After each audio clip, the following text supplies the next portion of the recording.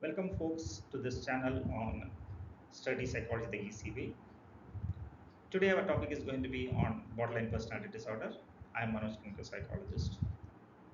So, this borderline personality disorder is again a disorder which is exhibited in the way the emotions are expressed.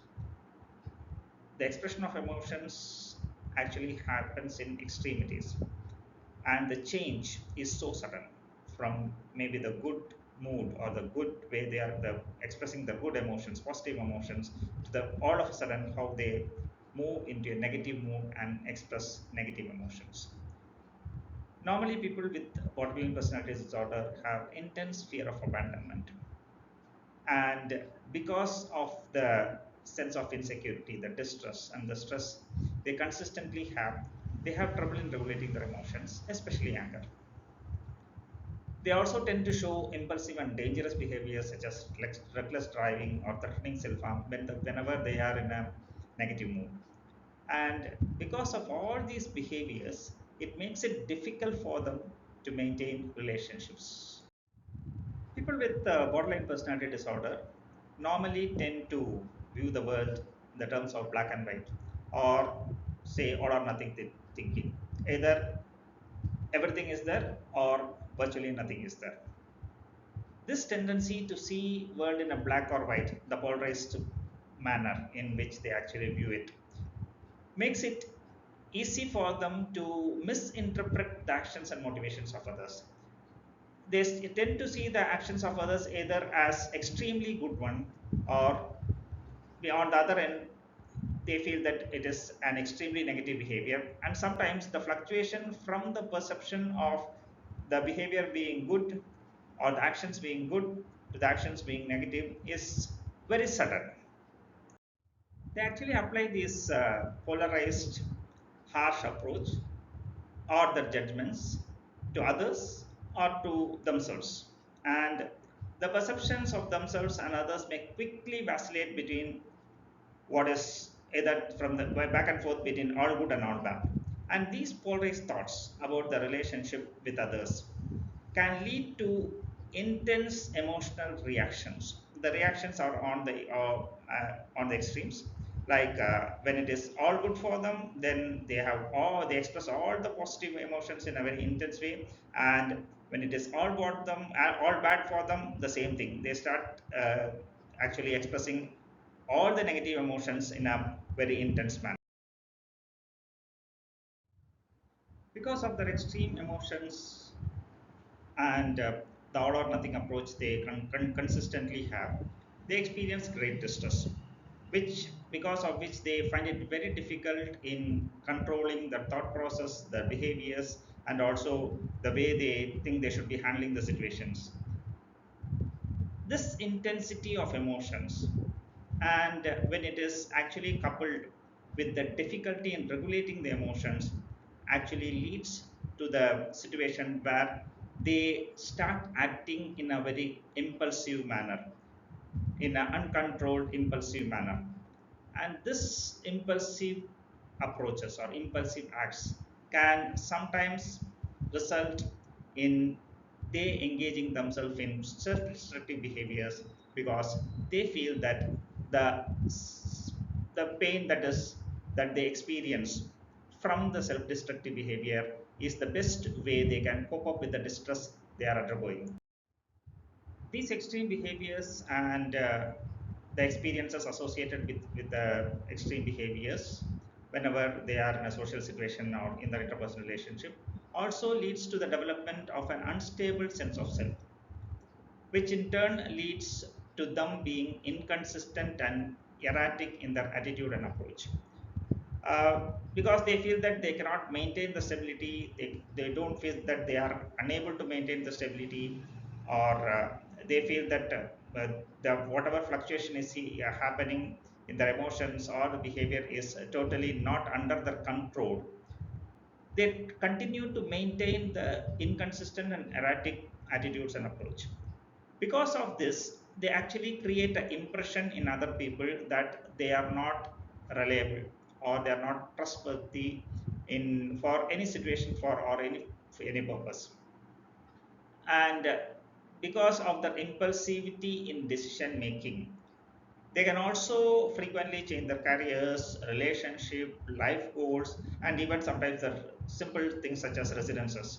And quite often, these radical changes occur without any warning or without any advanced preparation, uh, as it usually happens in any type of impulsive decision making process. How can this borderline personality disorder be diagnosed? See, we need to look for the presence of five or more of the following symptoms, what we are going to discuss about, which actually is found to be present in the person from adolescence uh, to the early adulthood, and maybe it follows it to the late adulthood. One, what is very much visible is the frantic efforts they take to avoid abandonment. Then the unstable interpersonal relationship in which either the others are idealized or totally devalued, the unstable sense of self, self-damaging impulsive behavior, at least in two areas, such as either spending or sex or substance abuse, or sometimes reckless driving, and sometimes also binge eating.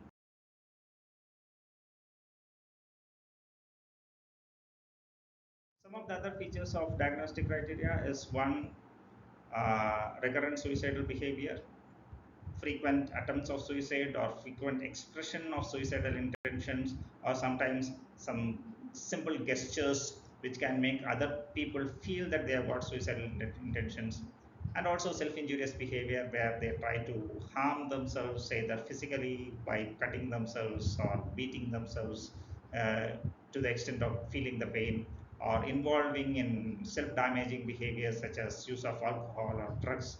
So such type of behaviors need to be looked for. And the other things, other thing what we need to look for is the chronic feeling of emptiness, the feeling that they don't have anybody for themselves, they don't have any purpose in their life, they don't uh, feel that somebody is there for them, uh, that somebody has been there for them or is there for them consistently for a long period of times. And also sometimes they also express it such a way that while every other people have somebody close to somebody who take care of them, it is they alone who don't have any such people in their life. Then the other important criteria is repeated or recurrent bouts of anger, because anger is the one way they express their frustration or their negative emotions whenever they go to the other extreme of feeling negative about people or situations. And one more criteria what we need to look for is during distress, they have a tendency to experience transient paranoid feelings. When we're talking about transient paranoid thoughts, it is primarily associated with people working against them, people abandoning them, or sometimes people trying to damage the relationship with others. People try to interfere and cut off their close relationship. So such type of paranoidal thoughts can be seen in the people. And in some people there are also dissociative symptoms where the problem is actually they is expressed in a different way, either through physical illness or by emotional expressions which is not at all relevant to the actual distress they undergo because of their experiences and their thought process. Now, looking into the etiology or the causes of people developing the borderline personality disorder, one of the major causes is the neurobiological factors, in which genetic component has been found to play a role, even though the specific nature of genetic endowment has not been proved through researchers. The hereditary factor, like the wards of parents having borderline personality disorders, developing the same disorder have found to be relevant, significant through some of the researches and studies done in families. The other area or other important physiological or neurobiological factor is the lack of hormonal balance or imbalance in hormonal secretions, which play a very important role in the impulsive behavior and also emotional dysregulation. And in cases, decreased functioning of serotonin system, the serotonin reuptake system, has also been found to have a, play a significant role in this impulsive behavior and impulsive approaches, the sudden mood change and everything. And in some cases, some of the studies have also shown the increased activation of amygdala, the part within the brain, which also has seemed to have a significant role in the behavior, the impulsive behavior, and the sudden change in the emotional feelings they undergo from time to time. So, what are the primary social and environmental factors? One is parental separation, when the child did not have a proper uh, family atmosphere, family environment during the childhood, where they were not given emotional support, where people had never tried to be emotionally close with them, emotionally affectionate to them, because of which they have a sense of emptiness and they have a lack of trust in people around them. And also the verbal and emotional abuse they experience during childhood, especially from the parents or the people whom they have really trusted in. The abuse may be of physical nature, emotional nature, or sometimes of sexual nature also. The other factor that has been found to cause the borderline personality disorder is that during the childhood, if the family invalidates or discounts the emotional experiences and expressions of the child, when the child wants to express their emotions, or when they really try to experience a specific emotion during a specific situation, let's say they want to really laugh out when they are happy, but the parents either control them from doing it, or even if they are happy, they just invalidate it as nothing significant related to the child, and vice versa on the negative emotions when they want to cry in situations where they have been hurt, when they are prevented from doing it, or even if they cry, it is not given any importance by the parents. So when parents invalidate the emotions, then the child does not know what how their emotional expression is actually has any value at all. And the interaction between the extreme emotional reactivity of the child and the invalidating family creates a lot of conflict, a sense of instability in the child, and a sense of insecurity in the child, because of which the child is liable to develop this borderline personality disorder. The comorbid condition, which is usually prevalent along with borderline personality disorder, or sometimes the conditions that are diagnosed in place of borderline personality disorder is around 24 to 74% of people are diagnosed with major depression because of their intense emotional expression when they are in the negative mood, consistent way in which their emotions are expressed in a very intensive manner, the frequent impulsive behaviors such as expressing intention for suicide or involving in suicidal behavior or self-injurious behavior, all makes it liable for them to be diagnosed for people with the major depression. In around 4 to 20%, they are being diagnosed for bipolar disorder because of the fluctuation from the status of being in good mood to the negative mood, which happens consistently over a period of time, because of which they are also diagnosed for bipolar disorder. 25% has been found to be bulimics.